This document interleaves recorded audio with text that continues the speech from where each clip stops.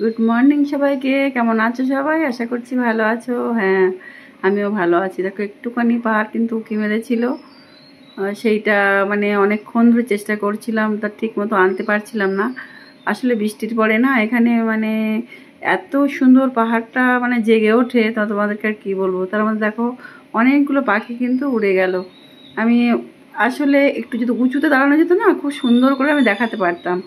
তা আমি আর রিস্ক নিলাম না, যেহেতু বর্ষা হয়েছে আর পিছলা, ওই জন্যে। তারপরে দেখো চলে এলাম নিচের দিকে। এসে কিন্তু মেয়ে স্নান পুজো শুরু হয়ে গেছে আর কি। এই যে তুলসী মাতাকে রানীকে জল দিয়ে নিচ্ছে মেয়ে।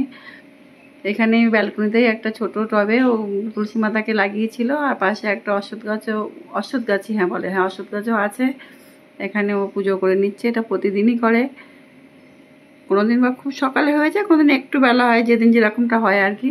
আজ বেশ সকাল সকালে হয়ে গেছিলো, সকালেই সবাই উঠে গেছিলাম, আজকে সকালেই হয়ে গেছে আর কি। এইগুলো মানে সকালে ধরো স্নান পুজো রান্না সবটা যদি হয়ে যায় না, ভীষণ ভালো লাগে। এখানে একটা দেখো, ওই যে ঠাকুরের মূর্তি একটুখানি ভেঙে গেছিলো, ভেঙে যাওয়া মূর্তি তো বলে মন্দিরে রাখতে নেই, মানে ঠাকুর পুজো করে না, তাই অশ্বত্থ গাছের গোড়াতেই রেখে দিয়েছে। সেটাই ও দেখছিলাম আর কি। এটা একটা পিতলের মূর্তি, কেমন না একটা ব্যাপার লাগে, একটুখানি ভেঙে গেছে বলে পুজোটা দেওয়া যাবে না, কেন বলো তো এরকম নিয়ম। আর তারপরে দেখো চলে এসেছি, এই ফুলগুলো মানে গুছিয়ে নিচ্ছে মেয়ে। বাদিকের ওই যেটা ওটা কি বলে সাজিয়ে আছে, সাজিতে সবটাই ওর গাছের ফুল, আর এই যেগুলো বার করছে এগুলো কিনে আনা হয়েছে আর কি। কিছুটা কিনে এনেছে। এই দেখো এগুলো তো কেনা ফুল অবশ্য, আর এইগুলো ওর মানে গাছের ছাদের গাছের আর কি। আর তারপরে ও পুজো শুরু করে দিয়েছে। আমার দুই সোনা দেখো বসে গেছে ম্যাচিং ম্যাচিং করে একদম। কিন্তু কি ওই পাগড়িটা না মানে ম্যাচিং দুটো একই রকম হয়নি, সেই যাই হোক হয়নি। এবার ও পুজোটা করে নিচ্ছে। মা লক্ষ্মীর ঘটও বসানো হয়ে গেছে। এদিকে একে একে সব ঠাকুরকে ফুল দিয়ে সাজিয়ে নেবে, তারপর যেটা পুজোর যে নিয়মগুলো সব করে নেবে। বসে করলে কি হয় জানো তো, বেশ সুবিধাই হয়। কিন্তু যেহেতু ওর তো সেরকম না, হ্যাঙ্গিং করা আছে এখানে, সেই জন্য ওইভাবেই করে।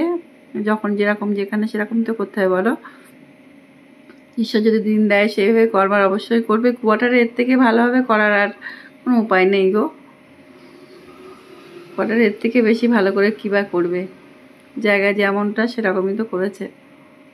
তাও সব ঠাকুরই মোটামুটি এখানে রাখা হয়েছে, রেখে দিয়েছে। চলো একটু পুজোটা করে নিই, তোমার সঙ্গে থাকো।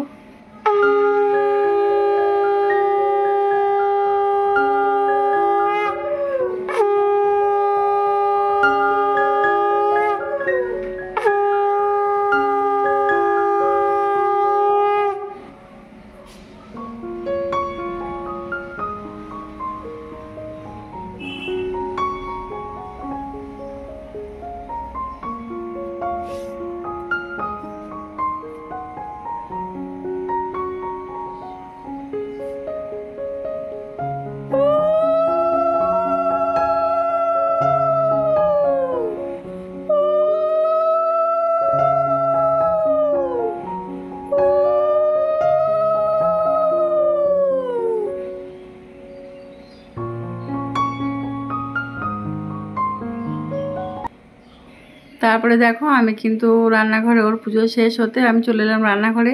তার আগে অবশ্য কিছুটা রেডি করে নিয়েছিলাম, মানে রেডি করে রেখে কিছুটা বসিয়ে দিয়ে গিয়েছিলাম ওখানে একটুখানি। ও মানে পুজোটা সঙ্গে থাকবো বলে আমি আবার গেলাম আর কি। আর এদিকে দেখো পোস্ত শিলে রাখা আছে, পোস্তটা বাটবো। আর রান্না হচ্ছে, নিরামিষই করছি, কারণ নিরামিষই মানে কারণ কি নিরামিষ করছি আর কি, কোনো কারণ ছাড়া নিরামিষ। যাই হোক, ওদিকে করছি তোমার আলু ফুলকপি দিয়ে সয়াবিন করব, আর করব ঝিঙে আলু পোস্ত। আর একটা তরকারি মানে ওটা দানা কলা, ওইটা পোস্ত, ওটাও পোস্ত দিয়ে করব, সর্ষে পোস্ত দিয়ে করব। একটুখানি বাইরের আবহাওয়াটা তোমাদেরকে দেখালাম, দেখানোর চেষ্টা করছিলাম। খুব মানে নানান রকমভাবে চেষ্টা করি যে কতটা কাছে এনে কিছু দেখানো যায়। তারপর রান্নার পরে কিন্তু গিয়েছিলাম একটুখানি, ওদের এখানে একটা কালী মন্দির আছে, ওইখানে কিন্তু আমি ভয়ে ভয়ে না ভিডিও করতে পারিনি। বাড়িতে এসে জানলাম যে ভিডিও করা অ্যালাউ ওখানে। আমি বাইরে থেকে করেছিলাম, ভেতরে খুব সুন্দর মানে ওখানে পুজো হচ্ছিলো আর কি, ভালো লেগেছে, পুজো দিতে গিয়েছিলাম। তারপরে দেখো ঘরে এসে কিন্তু আবার একটু চা করে নিলাম বলতে ওই যে ওর কাছে থাকে, ও আর আমি একটু খাবো বলে মেয়ের জন্য করেছিলাম, কিন্তু মেয়ে দেখো সে রাজি হলো না চা খেতে, করে ফালতু ফালতু হয়ে গেল। ওই যে ওখানে বাসনগুলো মাজছে আর আমি চা করছি। আমি তো জানো তোমরা সুযোগ পেলেই চা খাওয়ার চেষ্টা করি, মোটামুটি পার্টনার পেলেই হয়। চলো তাহলে আজ কিন্তু ছোট্ট একটা ব্লগের সঙ্গে তোমাদের কাছ থেকে বিদায় নেবো। কাল আর নতুন একটা ব্লগ নিয়ে আসবো। তোমরা ভালো থাকবে, সুস্থ থাকবে, সাবধানে থাকবে। যদি ভালো লাগে তাহলে লাইক দিও। চলো সবাই টাটা।